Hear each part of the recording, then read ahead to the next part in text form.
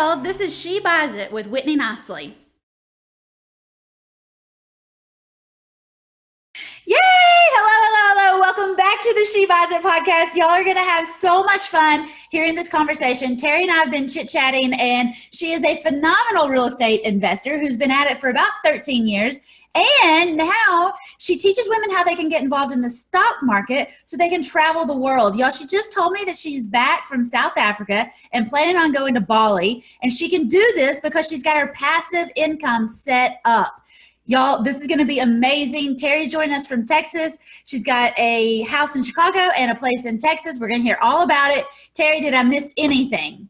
No, you got it. This is wonderful. Thanks so much for having me. Absolutely. This is going to be awesome. So let's start with your first deal. And I'm completely obsessed with how it happened, how it came about, what you did, what you've learned, because I believe after you get that first deal done, all the other deals, they follow in line, but you really have to get that first deal under your belt before you can move on to the next one. So you've had it for a while and you're about to celebrate something huge, but tell us how you found it. Tell us about the beginning and just kind of walk us all the way through the process on this house.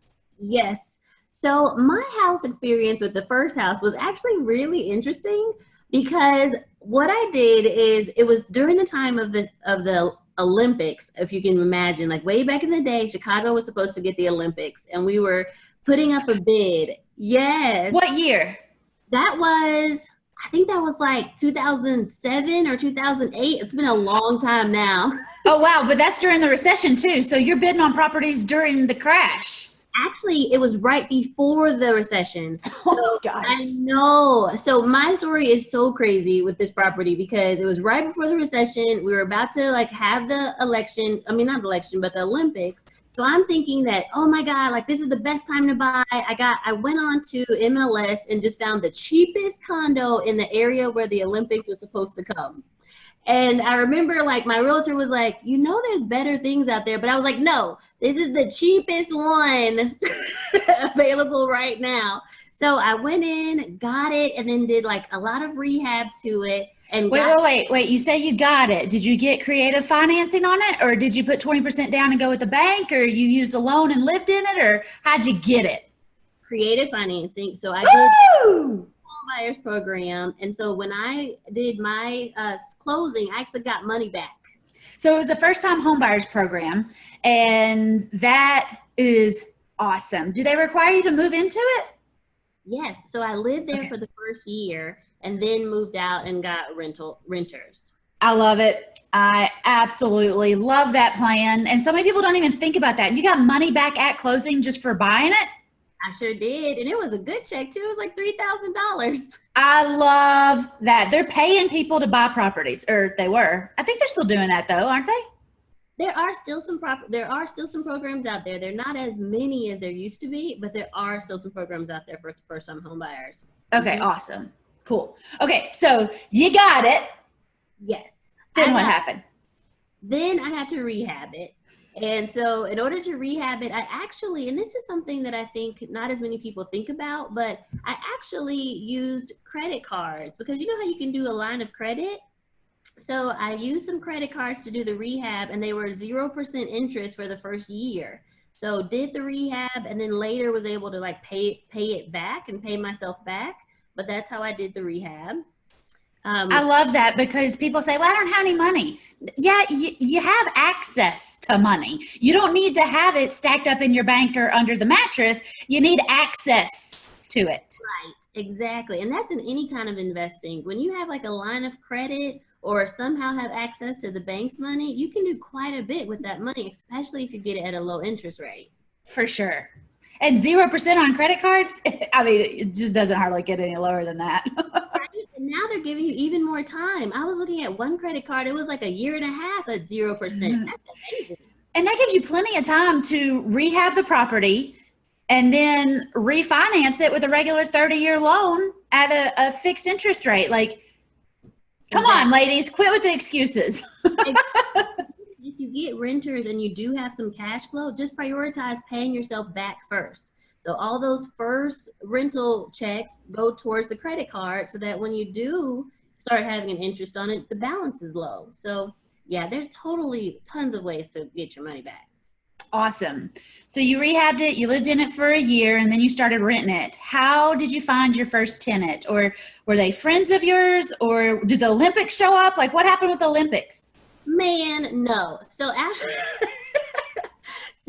we did not get the Olympics, which was a bummer because I had found a place in like one of those, like, it needed to be redeveloped. So I had like a liquor store underneath me. I thought all that would go away when we got the Olympics. No, it didn't. So for like the first 10 years, we had a liquor store underneath me. So yeah, one tip, be careful of that. Like if you're hoping for the neighborhood to come up and it never comes up, just be sure that you're still going to be okay with your property. But did you buy the liquor store or you had the condo on top? It's a condo on top. Which, to tell you the truth though, funny thing, there was like always some people outside the liquor store and they started being my security. Like they were there all the time anyway. So they would tell me when people were coming, they were like, you know what? So-and-so stopped by, they dropped a package off. Thank you so much. They started looking out for me like I was their little sister, which is also nice. Like you can't be afraid of difficult neighborhoods because there's also good people there too. So yeah. Yep. But what else happened? So right after that was also the recession. So after that, it was a condo, and there was a condo right near me that sold for like $7,000.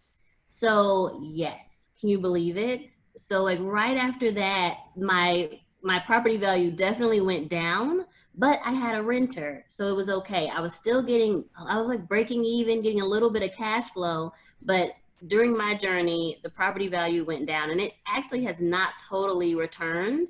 How did you find that renter? And you were living there, so did you move to Texas or what happened? So I actually left when I got a new job. So I moved to go to my new job, and then I found the renter on Craigslist first. So I found one on Craigslist, but then also they were Section 8. So I ended up becoming a Section 8 landlord, and that was actually awesome. Like, tell me about that. I haven't talked to anybody in Section 8 in a while. Tell me how Section 8 works, and tell me, why you decided to go that route. Sure. So the first step when you find someone Section 8 is you have to find the tenant first. And I think some people don't know that. They think they have to go to the city first, but you actually find the tenant first. And a lot of times Section 8 tenants are looking on Craigslist. So that's a good place to go. Once you find the tenant, they'll have papers that say how much they can pay for a unit. So you as a landlord have to decide if you're willing to accept that amount from that tenant.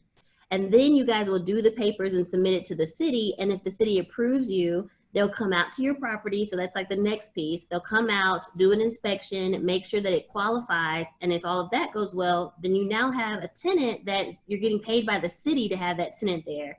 So it's like consistent cash flow. You know that your check will come on time.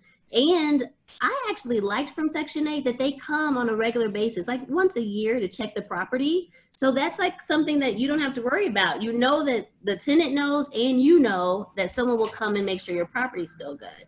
So I hear a lot of people that don't want to get into Section 8 because they don't want somebody in their house inspecting them and telling them what needs to be fixed. And from the landlord perspective, they're saying, well, the tenant broke it, or it was like that last year when you were here and you didn't make me fix it. And so you actually enjoy those yearly inspections because it was a good safety for you and the tenant. I did. It's a good reason and excuse to go into the property. Like, and most of the time I would pick good people. So remember, you have to do the first screening of the tenant. So I would pick people that would take care of my property, that I felt like, okay, this is a mom and her daughter. They're going to treat this property like it's mine. And so now, like, if the people come in and say, oh, this light bulb is out, or, you need to paint this wall, I'm totally fine with that because I needed to do that anyway. You got to have expenses, right? Right. It's all good. I love your mindset about it because it's so easy to say, no, I don't want to do this and I don't want to do that. And I don't want people checking in and I just want my tenants to pay and I never want to think about it again. And honestly, in landlording, there is some work. Right. And no matter what, you want to keep your property up. So if you never do anything to it, the property will go down anyway. So yeah, even if you were living there, right, it would go downhill after a while. Right. So you want to repaint the wall. You want to make sure that all the outlets are working. You want to make sure your appliances are working. Those are things you do for yourself. So why not do it for your tenant? Yeah. And I love that you're helping women. And Yeah. I love that perspective. And a lot of times the women on Section 8, in my experience, are going through a rough patch, or life has hit them upside the head sometimes, and they're just trying to make it the best they can. And they're good people. They just need a little bit of a help. Exactly. And that's why we become real estate investors, is to help people. And as real estate investors, all we do is problem solve. This is just a different problem that we can solve.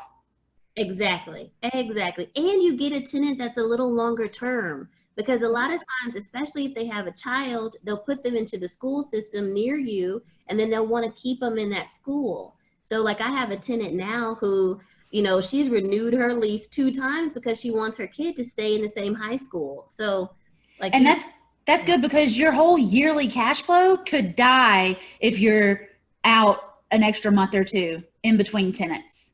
Exactly. If you can keep them and they're happy and they pay and everything's good, I say let it roll.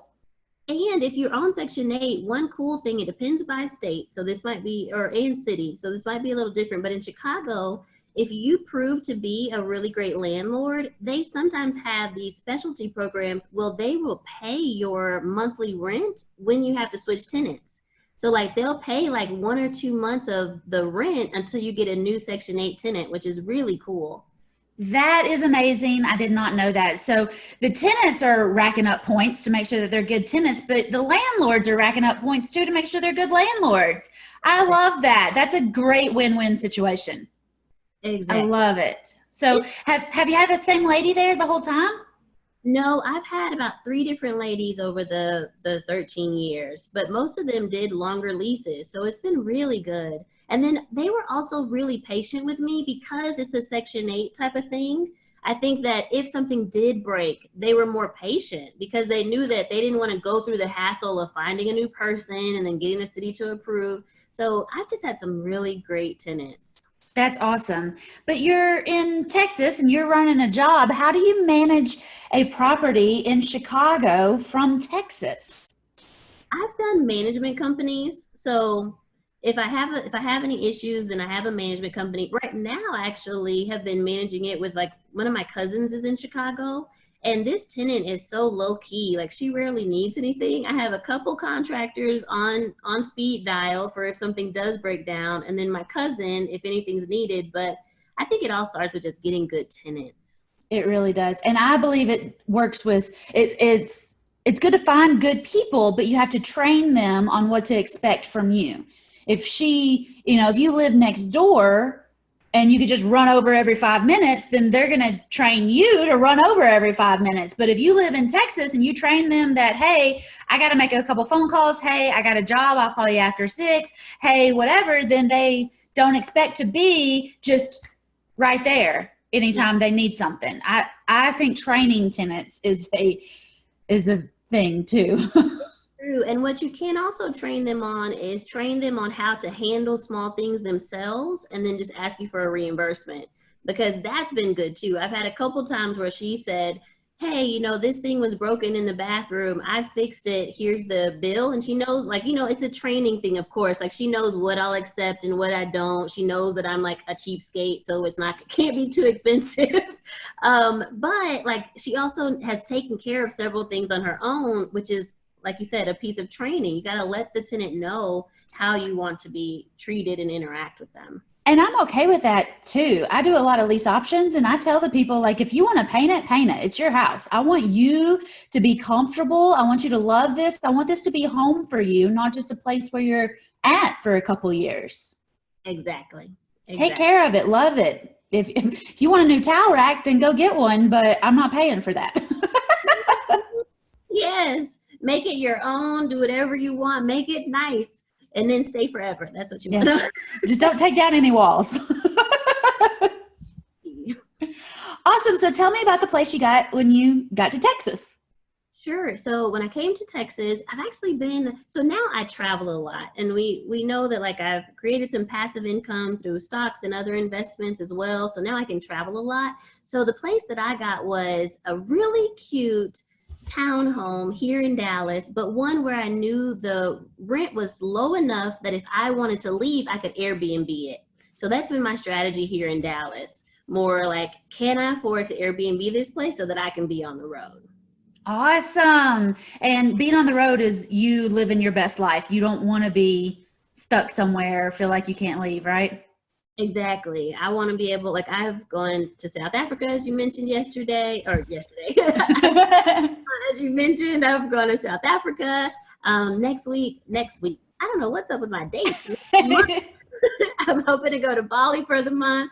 But yeah, like I trade and travel. That's my thing now. I trade stocks and travel all over the world. So I need properties that I don't have to think about. And with Airbnb, as soon as I was gonna say student, but as soon as the client comes in, you get paid like the very next day. And then like they usually take care of the place. I have a cleaning lady that comes in after them. Airbnb takes care of the calendar. Like you get some type of key on the door where they can easily get themselves in. It's like very low maintenance.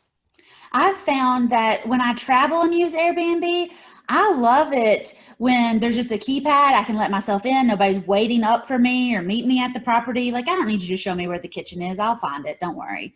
You know, I'll see the towels out on the bed. You don't have to show me that. Like, just tell me where the Wi-Fi password is and leave me alone. Right, exactly. And they come and they go and they have a great time. Yes, that's been a great passive income as well. Yep, I love it. So that pays for you to travel, but still have roots when you get home.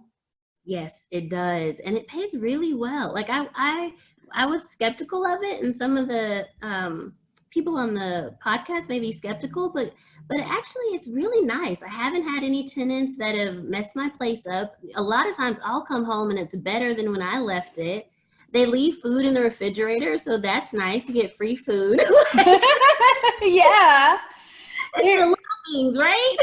And we live in a different kind of world and you got to have a different kind of mindset to be able to accept that and love it. And, you know, you and I have the same kind of mindset of, if it makes money, let's do it. If I can travel and live my best life, let's do it. Like, let's figure out how to really live instead of chasing all these bills and chasing all these deals and chasing all this stuff and hustling. I want to have fun. I want to spend a month in Bali and a month in South Africa. And I told you I travel our country a lot, but I'm kind of a gypsy. Like, who knows where I'm going to be? I'm going to get on a Delta and be out of here and then come home.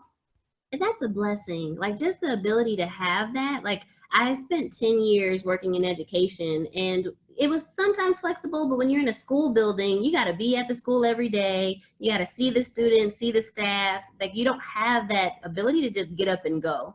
But now with all these like passive income investing options, like I can be anywhere, work from anywhere, as long as I have my cell phone, like we're good to go. I love that, because I think so many women want that. So what was going on that you decided, let me see how I can leave this school business? What were you doing? You were managing teachers or something? Yeah, I was an assistant principal of an elementary school. And I did most of the operations. So I was the one who got the lunches for all the students, made sure that the building was clean in terms of like managing janitorial staff. But yep, I was an assistant principal of an elementary school.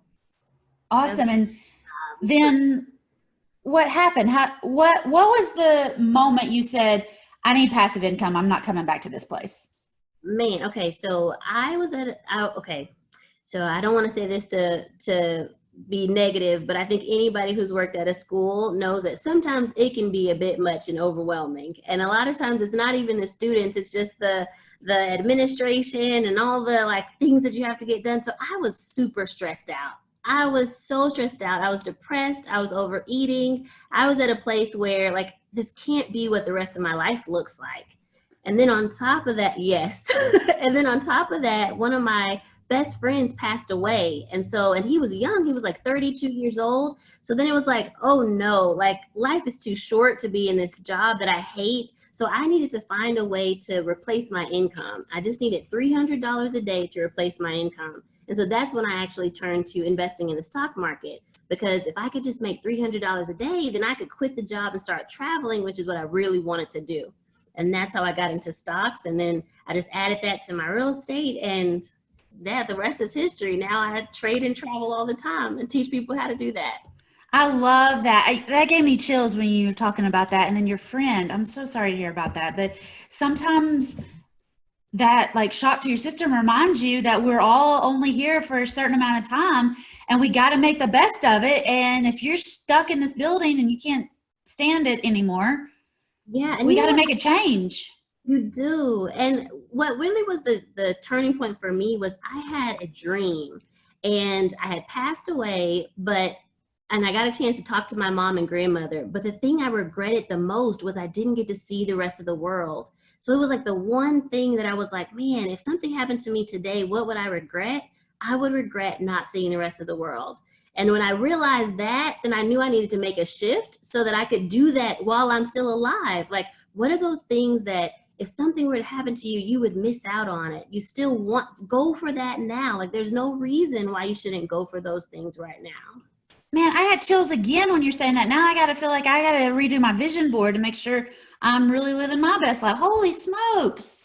That is some powerful stuff. And I think everybody gets to that point, you know, whether you're a teacher, you're in the schools, or whether you're even a surgeon or whatever you're doing, you got to look at it and say, is this really it? Is this all I'm going to do for now until forever? Or am I missing out on my dreams in order to make somebody else happy sometimes?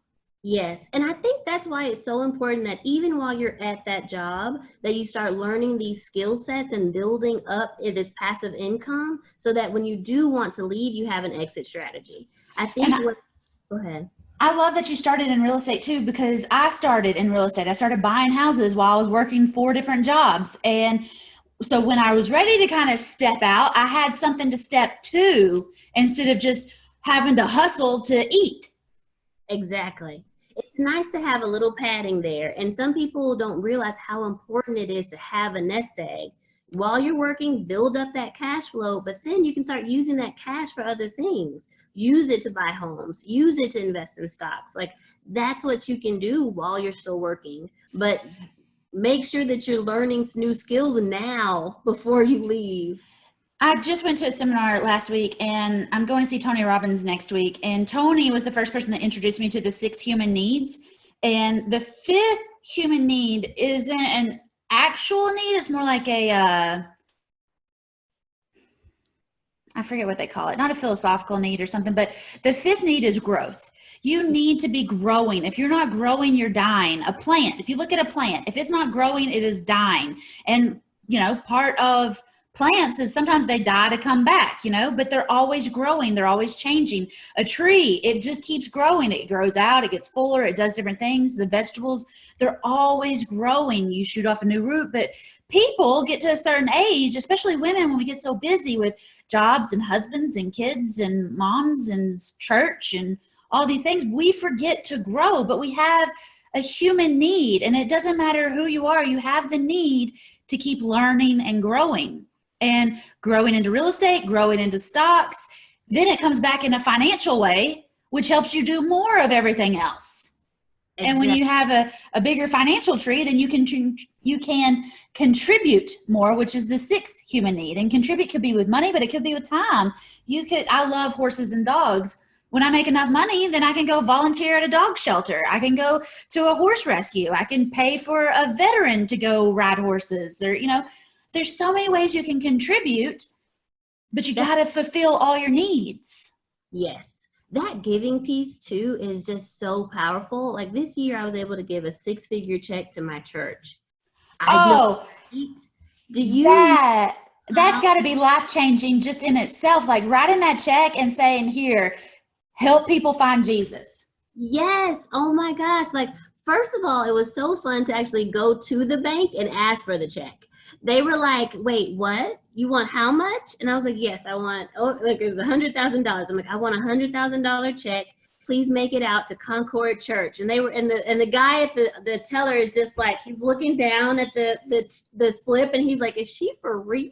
And then he shows the girl next to him. He's like, because how often do people come in and say, yeah, give me $100, I'm going to go give it to my church? Yes. And I think that moment for him, I think will change his life forever. Like, one, he'll see the importance of like, okay, you know, if he is a believer, I think he'll be reinforced that tithing is real, that people really are giving back. I think if he's not a believer, it'll show him that, wow, there's something different about this church thing.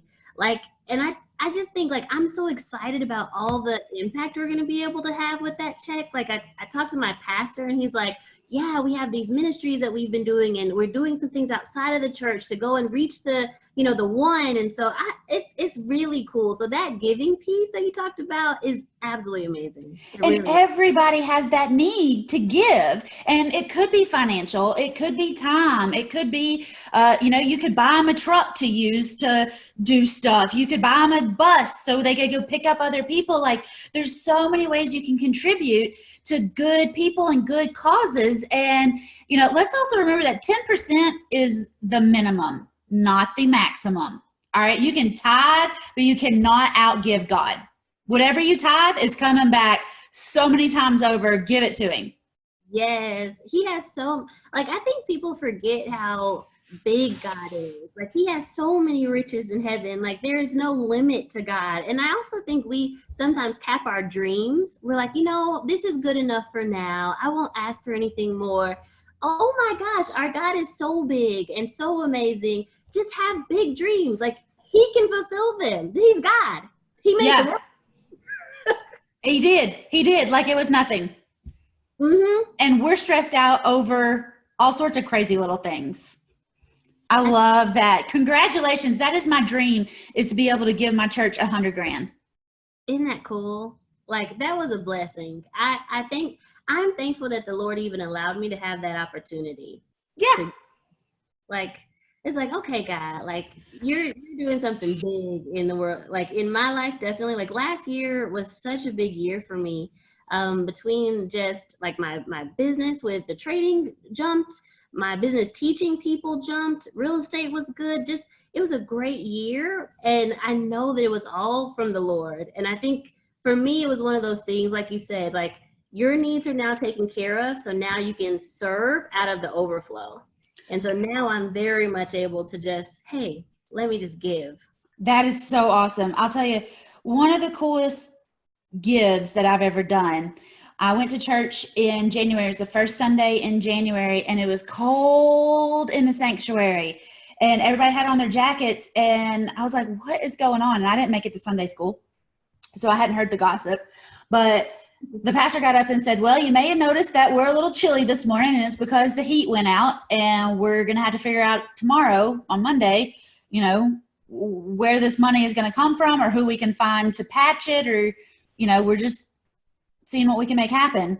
And I had my checkbook, and I wrote him a check for $3,000 right there. And by the end of the service, you know, I got him, guy's attention, got him come over. I said, how much would a new AC be, or a new heat and air unit be? He said, well, we quoted it at $6,000. And I said, I'll just give you the whole $6,000 then. Hey, that's so awesome. Just boom, right there on a Sunday. They had a need, and I had the money. Just give them a heater. It's cold in here. It's January. And see, those are the kind of things. So like, so at Teri, we have this goal this year. We're trying to teach 1,000 people to make $1,000 a day, but that's $1 million a day that they'll be making and generating. And so, and then we're like, well, what impact could we have with that? Those are the type of things that I love. Like, provide heat. There are a lot of people who are freezing. Just provide heat. And we could do, like, what could you do with $1 million a day? Provide clean water. Like, there's just like these small things that people don't think about, but what impact could you have if you're actually generating that income? I love that you were able to just give them a check to solve for that. That's amazing. Yep. And we have a school, and all I could think of is the kids going to school Monday morning and cold, or we'd have to shut down the school for the day, week, because you can't have kids at school with no heater, and we're a private Christian school. So it's not like we can ask the county to come fix their stuff. Like, we got to fix this from inside. And I think that's how we fix a lot of things in the church, in our homes, in our communities. We fix it from inside. Yep.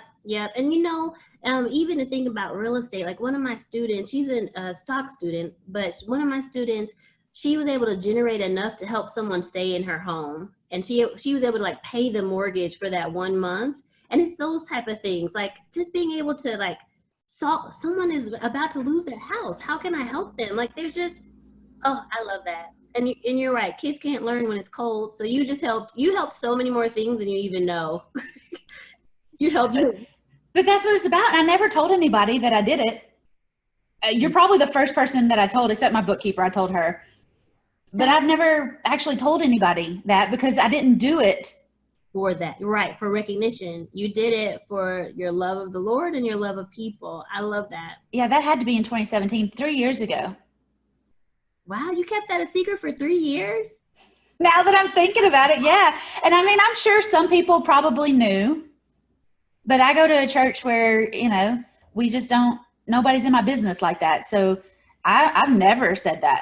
I sponsor the church's school. I sponsor the golf tournament every year so that everything's paid for. So any other money they bring in is profit. So I do the whole kit and caboodle for that. And everybody knows that I sponsor that. But otherwise, everything else I give is just above and beyond that because I want to help.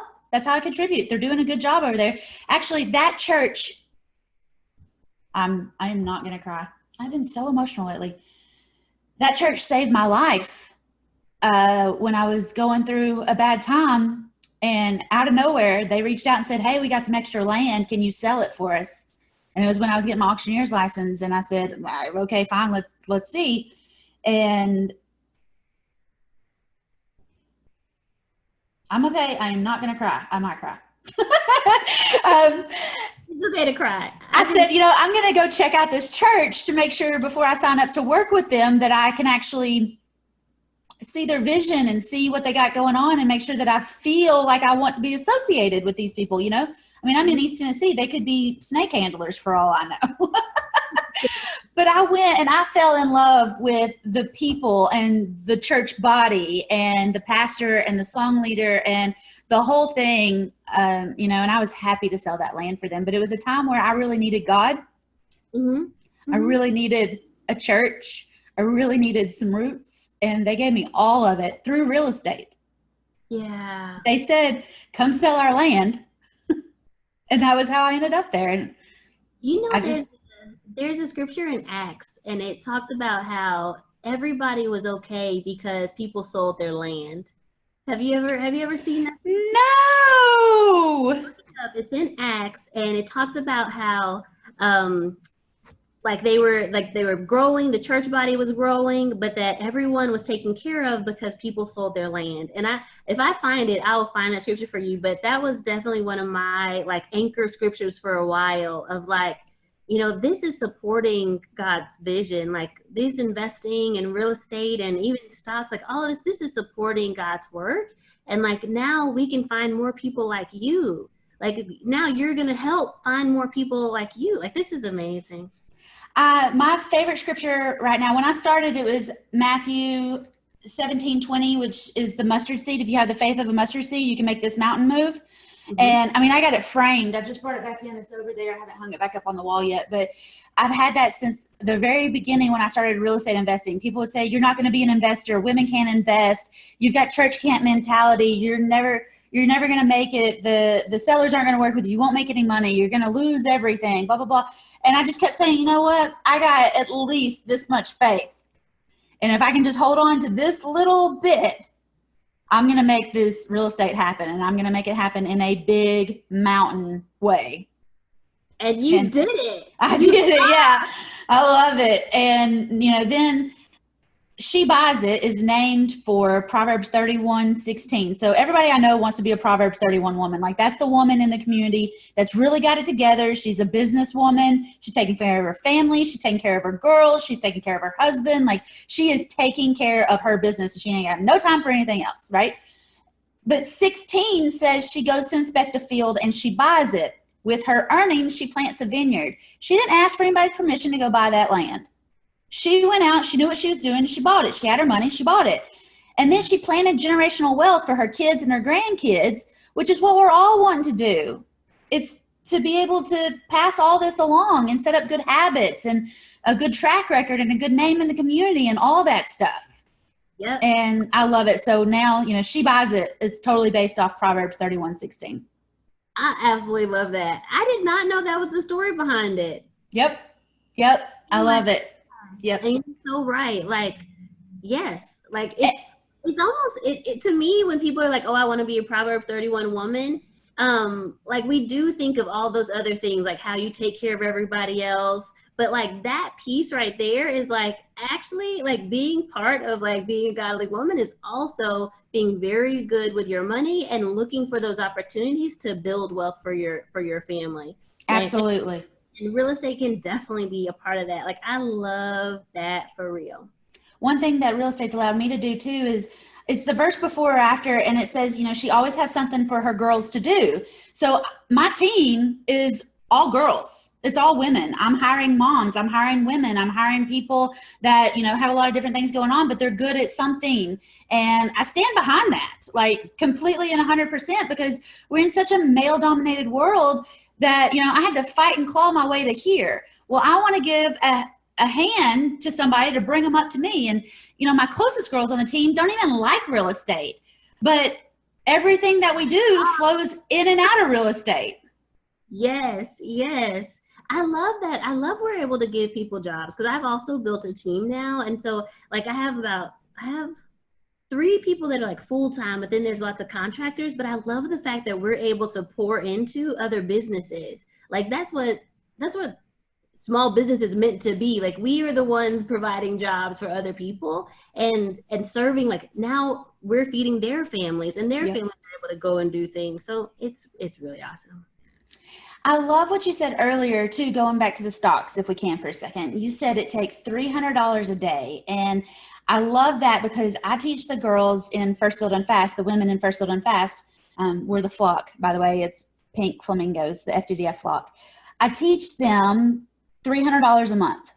One house at $300 a month. If you do one deal a month, that's going to be $3,600 a year. And a lot of them that would either replace or almost replace their income from teaching, from, you know, working as an assistant, whatever it was. Like $3,600 a month would pay most all of their bills, but it would give them that cushion to get out. $300 a day though. Yeah. That's been my big like light bulb moment for investing in stocks versus investing in real estate. Like in real estate, we put our money in, but it's a more longer term investment because yes, you can see weekly cash flow or monthly cash flow, but you have to kind of wait for the tenant to pay you and you have some expenses going in. But in investing in stocks, you keep all of that money. So instead of doing like a down payment in the house, all of that money stays in your account, but then you're able to use that money to generate regular income. And then I teach my students, they're trying to make 1% of their cash amount a day. So even if you were just trading $2,000, you're making $20 a day. That's $100 extra a week. That's good money. That's $400 a month. You could pay off a car with that, even with a small amount of money in there. So, you know, just thinking through how you can start building wealth and building money just by making your money grow. And if you took $400 a month, if you put half of that plus whatever else in every month, you would get some instant gratification that you got an extra $200 a month, but you would still get that long term of investing more. And then next month you get a split of $600. You get a split of $1,000. And so you can see it happen a lot faster. And I think one thing that I see in real estate that drives me slightly crazy is people don't see the long game. They want to just talk about wholesaling. They just want to talk about fixing and flipping. They just want to see how fast we can do this. And, you know, my program is called First Deal Done Fast, but it's not that I just want you to make money fast. I want you to get the confidence that you can do this fast. But I teach lease options because I want you to get a $10,000 move-in deposit, but I want you to get $300 a month.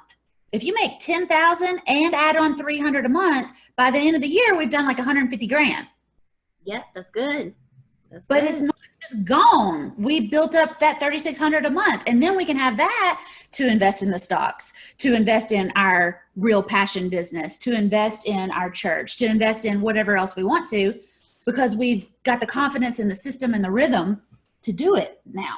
I think that's like what you just said there is like we're able to have money from real estate and then use that to invest in stocks. I think that's key. It's just good to diversify. And we hear a lot of times people say diversify and they're thinking more like, oh, I want you to buy a lot more houses, or, oh, I want you to, in your 401k, get several different types of things. But actually, like, you can get houses and then use some of that cash to actually invest in stocks, and have that cash flow going, then use that cash to do something else.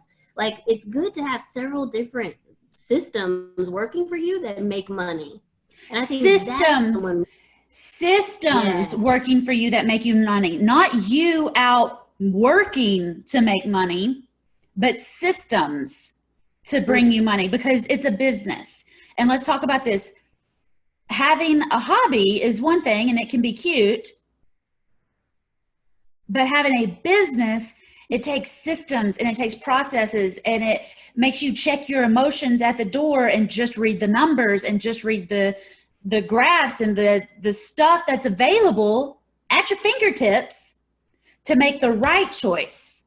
Yes. Like, I often talk about having a trading plan when we're investing in stocks, because you've got to take the emotion out of it. Like, in any investing, really, you've got to take the emotions out. Like, even if you were doing a real estate deal, you need to look at your numbers, look to see if this actually makes sense. You might love the house, but after you do all your rehab, you're going to be outpriced the market. So you can't do that one. Same thing with stocks. Like, we have a 7-step strategy. You got to pick the right stocks. You got to have risk management in place. You're looking at charts. You're looking at how are you exiting the trade. Like, that allows you to be able to trade without emotion. So you definitely have to have systems. I tell people that all the time. So it's so true. And, it's hard as women because we are heart-centered and we're, heart-driven a lot of the time. And it's hard for me to check my emotions. I mean, I almost cried 10 minutes ago just getting emotional. Like, it just happens, but that's part of what makes me a woman and makes me beautiful too, is that I am so emotional over certain things, But at business, I need you to, yes, use your heart. Yes, love on people, but don't leave your brain at home. Exactly. This is where it's important to have a checklist. You need to be able to have some kind of checklist with anything you're doing in business that says, okay, these are the things that I'm going to do every time I make this deal. Whether it's a real estate deal or a stock deal, this is the steps. And that's got to include in there somewhere where you're checking your risk. Because there's always going to be a downside as well. You can't be just super rosy and think it's always going to be great, because every business has a part where, if something goes wrong, do I have the money to fix that? So, yep. I heard a phrase this weekend, and I heard it from a guy, and then some other guy said he never heard it, and then somebody else said they had heard it. But anyway, it was cash now, cash flow, and cash later. And I thought it was a beautiful way to look at business. Like, cash now, yes, I want to make money now. I want that $400 a month that I can spend on whatever, but I also want that cash flow. So even, rent checks coming in, mailbox money coming in, direct deposits coming in, dividends coming in, and, other things coming in, cash flow, but cash later. What's the growth look like? What's the turn? How much am I willing to risk a rise and a fall? Yeah. Yeah. And risk is a word that we got to use in real estate and in the stocks. We are risking real money, but also real time, real energy. It's a risk, but Taco Bell's a risk too. Like one lady told me, she was like, I don't want to invest in stocks because it takes too much work. And I was like, going to a minimum wage job and working 60 hours takes too much work. For 40 years. Right. Like, that's a lot of work too. Now you just got to figure out what kind of work do you want to do. And I believe there's a place for everybody in real estate, but sometimes your place is to be the tenant. And I'm okay with that because I need tenants. Yep, that's true. What type of work you want to do? Because some people, you have different skill sets. And I do think that with real estate, sometimes people don't understand that there's also a lot of extra stuff that you didn't really sign up for. Like, you will have to be on the phone sometimes. You will have to be searching for new clients or searching for new deals. There is a lot of paperwork. But at the same time, what reward are you looking for? Every job is going to come with some type of backing. Yeah. And what job are you going to get that's going to give you a month-long vacation to go kick it in South Africa and Bali? Yeah, that's trading. I love that. I love that. So, okay, we've talked about a lot of stuff. One thing I hinted to earlier, though, and you haven't mentioned this, your house in Chicago, you're about to have a big celebration. Yes, yes. I have been working to pay it off. So I am about to be debt free completely. I have like 2 more payments and I am done. Woo! I am so excited. I'm like freaking out for you. Like, that is so huge. That is absolutely amazing. And you told us earlier that you bought it. It was the cheapest one you could find, but you bought it at the top and then it did a little bit of a roller coaster on you, but you held it, you waited for it, and now you've got a property free and clear. So when that check comes in from Section 8, it's all yours. It's all in Hip National Bank. Yes. And to tell you the truth, like I was so upset because I looked at my amortization and I have been paying for like 12 years and only paid off $20,000 of the mortgage because everything was going towards interest. And I'm like, no, after 12 years, I've paid at least $120,000, but only 20 of it's gone towards principal. So this year I just started chunking everything I could at it. I was like, I got to get rid of this payment. So yeah, I'm excited. I'm so proud of you. Congratulations. That is absolutely amazing. And that's just got to make you feel like you've lost 10 pounds instantly just to get that off of you. Oh, yes, it has. I had a home equity line of credit and my mortgage. So I just finished the home equity line of credit and now I'm almost done with the mortgage. It's just like, oh. Hallelujah. Thank you, Lord. Thank you. No payment coming out of my bank account. Like, what am I going to do with that money? Like, stocks. You know what you're going to do with that money. But you know what? I travel a lot too. I might just upgrade to a luxury place next time and, spend a little extra on some massages and trips and excursions. That's probably what I'll do. Hey, absolutely. I mean, celebrate it. Women don't celebrate enough. We celebrate birthdays until we're 16 and then we celebrate weddings, but we always got a little bit of a chip on our shoulder at weddings. And, we just don't celebrate. We just don't party. We don't just, freaking relax and turn the phone off for an afternoon and just do whatever we want because you've earned it. That is awesome. Absolutely. Congratulations. That is fantastic. Thank you. Thank you so much. Yes. I'm going to be celebrating with you over a glass of water, but I'm going to be celebrating with you. So I think you're right though. As women, sometimes we don't give ourselves permission. Like we are always on this like go, go, go. And we don't give ourselves permission to just have fun or take a break or like even with me, I've been trying to do more like self-care with my job. Like because we can work from anywhere, sometimes you work all the time. But it's like, no, I have real office hours from 8 to 5. After that, I give myself permission to watch as much TV as I want. Like, and not feel bad about myself. Or go to the park or get a ticket to the theater or go to dinner or freaking enjoy my life. Yes. Yes. And have an extra scoop of ice cream every once in a while just because you want it and it tastes good and it's good. Stay a little extra longer at the spa and actually use that little guest room that they stick you in that everybody's in where the, pretzels and water are. Like, just chill. You don't have anywhere to go. Just relax. Take a nap. It's good. That's what you're supposed to do while you're there is unwind. Another thing that women do, and I am totally guilty of this, and I'm gonna assume you are too. I hit a goal and I'm like, boom, next goal. Let's do this. Yes, I do that too. I've got to stop. I'm trying to commit to stopping, as you can see, trying to commit. But you're so right. Like we never really stop and celebrate. It's like, okay, well that was great. Now what? No, celebrate. Like, okay, I'm gonna tell you this, and it's gonna sound really crazy, but for me, this was a big deal. So like I've been trying to get towards 6 figures in a day in my trading account. Awesome. And, oh my God, like I can't wait to have that. So in South Africa, I actually had a day where it was $83,000 in a day. Yes. But then do you know what I did? I said, oh, that's okay. It's not 6 figures, so it's not big enough. And I just kind of like washed it off. We need to stop that. I checked myself when I did that. I'm like, no, Teri, that's not okay. Like, this is like my mom makes about $35,000 a year. I'm like, you just made 2 years worth of her salary and you just dismissed it like it wasn't anything. Like that's in a day, in a trading day, which isn't even a full day. Yep, in a trading day. And you were only $3,000 away from $1 million. 86,000 a month will hit $1 million. Ah, You did it in a day. You could wow. literally work 2 days and make $1 million a year. That'd be awesome. Yeah, it would. You just did that. You're right. I did. I'm gonna take that. Because you know what, my natural tendency is to be like, oh, it's not that big, whatever, it's fine. But you're right. I did. Thank you. You absolutely did. A lady that I was with last week said, I said something, I got up and gave a speech, and I give speeches, like I'm a speaker, that's what I do. I bombed this speech, and it was in front of other speakers. Like I felt so bad. I thought I was gonna crawl under the table. And I told her that, and she was like, girl, be your best friend. Would you tell your best friend you bombed? You should just like cut off your life right now, which is basically what I said to myself. And she was like, you would not say that to anybody else. Do not say that to yourself. No, you are your best friend. If you wouldn't say it to another human being, don't you dare say it to yourself.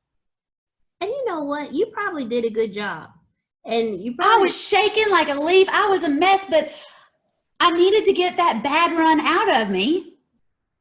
Or who knows who I would have said it in front of. Oh, I know it really was bad. Like worst I've done in a long, long time. Did anybody else say something? Were they like, oh, that was good, and you still think it's bad? Or no, it was just bad? It was like our third day of this event. I knew everybody in the room. When I got up the first 5 minutes of class and gave a speech, it was better than what I did on the third day. I don't know what happened to me. I completely tanked. And everybody knew it. Oh, but, well, you know, they were all there for it. So. Right? It's over now. That's what I've been telling myself lately. I'm like, you know what? You did it. That's what you came to do, and you did it. Okay, it's over. Let's go to the next one. Exactly. And it was something new. It was a new speech that I was trying out. The speech I gave on the first day, I've been practicing that thing for 3 years. You know, I could say that in my sleep. This was a brand new thing. And we just learned 3 days worth of stuff. So I was trying to put it all together. Yeah. And I just need to practice. And that's what I think a lot of new investors miss, is they think they just need to come out making $86,000 a day or $83,000 a day. And if not, then they're nothing. Right. But you've been working at this a long time to get to $83,000 a day, and you're going to hit $100,000 a day. You just need a little bit more practice. You need a couple more $83,000 days, a couple more, you know, different tests. You got to try something new. You got to be willing to be a beginner. And, you know, what you did as a beginner isn't what you do now, but what you're going to do when you're hitting $100,000 and $120,000 a day isn't what you're doing now, but you have to grow into her. Yes, exactly. Because like you were saying before, like when I was first quitting my job, it was $300 a day. I've grown to this. It's not like it was always like this. And I think some people, they see other folks and they're like, oh, well, I just immediately want to get to where you are. And they think it's like this get rich quick scheme. It's like, no, this takes diligence, practice, patience, crying. You're going to have some days where you cry. Crying in the kitchen floor. I've been there crying in the shower. I've been just a hot wreck where I couldn't even talk to anybody all day. I was just such a mess. Right. But it takes those days because you learn from them. You build character crying in the kitchen floor. My big thing, when I was back in as a principal, we would cry in the bathroom. So like the bathroom is like my quiet place. if I'm in there for a long time, I may not be doing anything. I may just be sitting on top of the toilet, like just crying, you know? And that's fine. You know, I got on a call with one of the ladies that I coach, and she was just boohoo. And she was like, I'm sorry, I'm crying in front of, I'm sorry. And I'm like, girl, we're women. We have to cry. Like, let it out. I'm fine. I'm a joint crier. I will cry with you here in a minute. Or I said, no worries. I said, or remember, it's just like farting. You got to let it out or you're going to explode. So let it out. True. I don't care. She's like, better out than in. That's right. That's right.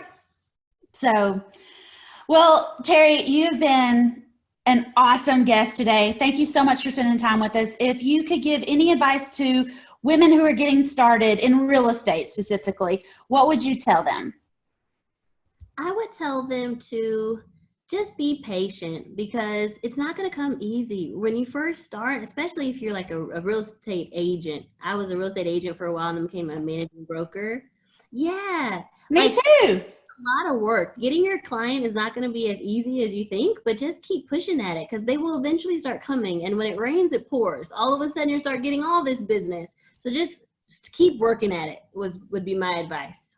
Awesome. And if they're getting into stocks, how can they get in touch with you, or what should they do to get started in stocks? Sure. The best place to go would be itradeandtravel.com. I have a webinar there. It's a free webinar. It shows you how I make $1,000 a day. And it's itradeandtravel.com. Best way to reach me.